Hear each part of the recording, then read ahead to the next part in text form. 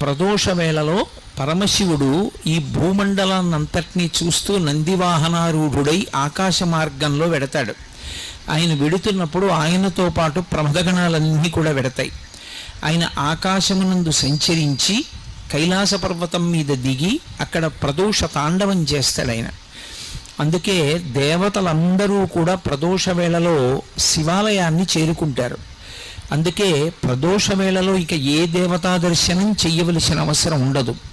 ప్రదోష వేళలో ఒక్క శివాలయంలోకి వెళ్ళినట్లయితే అందరు దేవతల యొక్క దర్శనము శివాలయంలోనే అవుతుంది.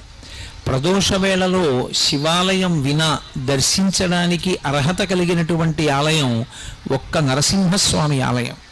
విష్ణు స్వరూపంలో నరసింహస్వామి ఆలయాన్ని కూడా ప్రదోష వేళలో దర్శనం చెయ్యొచ్చు. ప్రదోష వేళ కేవలము శివస్వరూపం. ఆ సమయంలో సంధ్యావందనం చేసిన